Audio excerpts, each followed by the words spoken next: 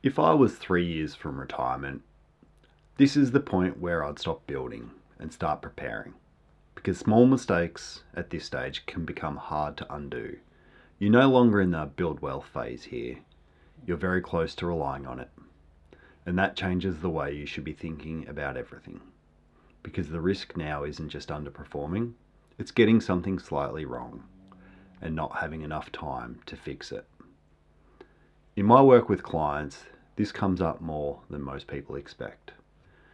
People get to this point in a strong position, but there are still a few things under the surface that can quietly create problems later. The first thing I'll be focusing on is certainty, not maximum returns, not optimization. Just knowing what your situation actually looks like.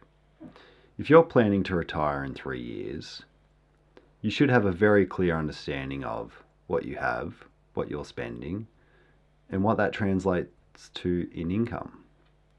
Because at this stage, guessing is where people get caught out.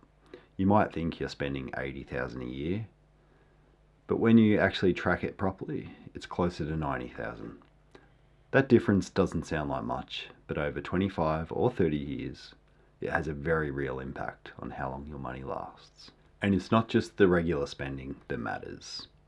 One of the most common things I hear from people approaching retirement is this. We want to do a big trip in the first couple of years, or help kids with a house deposit, or renovate the home before they stop working. These aren't small numbers, and if they're not planned for properly, they can create real pressure on the portfolio right at a point when you're most vulnerable. So when you're getting clear on your spending, don't just think about your annual costs. Think about the big one-off expenses you've been looking forward to, because they need to be in the plan too. So the first job is simple. Get a clear, honest view of your numbers, all of them. The second thing I'd be looking at is your super, because 3 years out, you may still have time to make meaningful contributions. This is often the last real window to boost your super balance before retirement. Whether that's maximizing concessional contributions, using any remaining catch-up cap space, or making sure your fund is set up to transition smoothly into pension phase.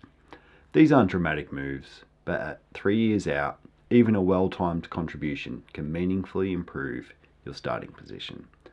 Don't leave this window unused. The third thing I'd be looking at is timing risk. And this is where it becomes important, because the next 3 years are not just about getting to retirement, they're about how you enter retirement. If markets fall just before or after you stop working, and you're already drawing income, you can end up selling assets at a lower values. That's what creates longer term pressure. It's not just about the market falling, it's about when it falls relative to your timing. So this is where I'll be thinking about how much cash or buffer you have, how flexible your start date is, and whether you can adjust spending early if needed.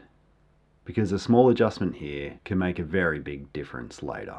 The fourth thing is how your money is actually structured. Not just where it's invested, but how it's set up to pay you. A lot of people focus on the balance, but what really matters is how that balance turns into income. You could have two people with the same amount of money and end up in very different outcomes based on how they draw from it. One might be more tax efficient, one might have more flexibility, and over time, that gap adds up. So at this stage, it's not just about growth. It's about making sure the structure actually supports retirement. The fifth thing I'll be thinking about is flexibility, because at 3 years out, you don't need a perfect plan. You need a plan that can adjust. What happens if you retire a year earlier than expected? What happens if markets are weaker at the start? What happens if your spending is slightly higher? What happens if the big trip costs more than you planned? If your plan can absorb these changes, you're in a very strong position.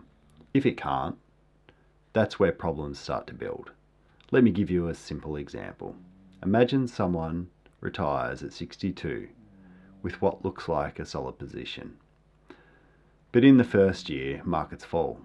They take the overseas trip they've been planning for decades, and their spending is slightly higher than expected. None of those things is a disaster on its own, but together they put real pressure on the portfolio right at the start. And that early pressure can have a lasting impact, which is exactly why flexibility matters. Not because things will go wrong, but because you want a plan that can absorb it if they do.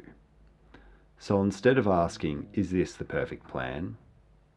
You want to be asking, how does this plan behave if things change?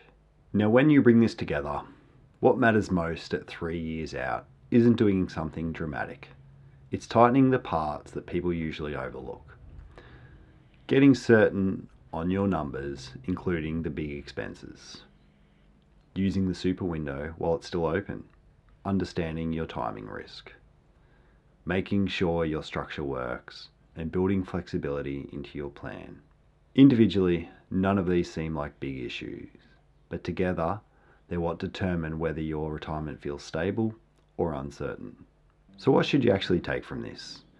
You're close enough now that the focus shifts from building to preparing. Get this right in the next 3 years, and you walk into retirement with clarity and confidence, rather than crossing your fingers and hoping. This is general in nature, so it's important to consider your own situation, because small differences can have a big impact here. If you're approaching retirement and want real structured guidance rather than trying to figure this out alone, I work with Australians in exactly that position. You can find details below.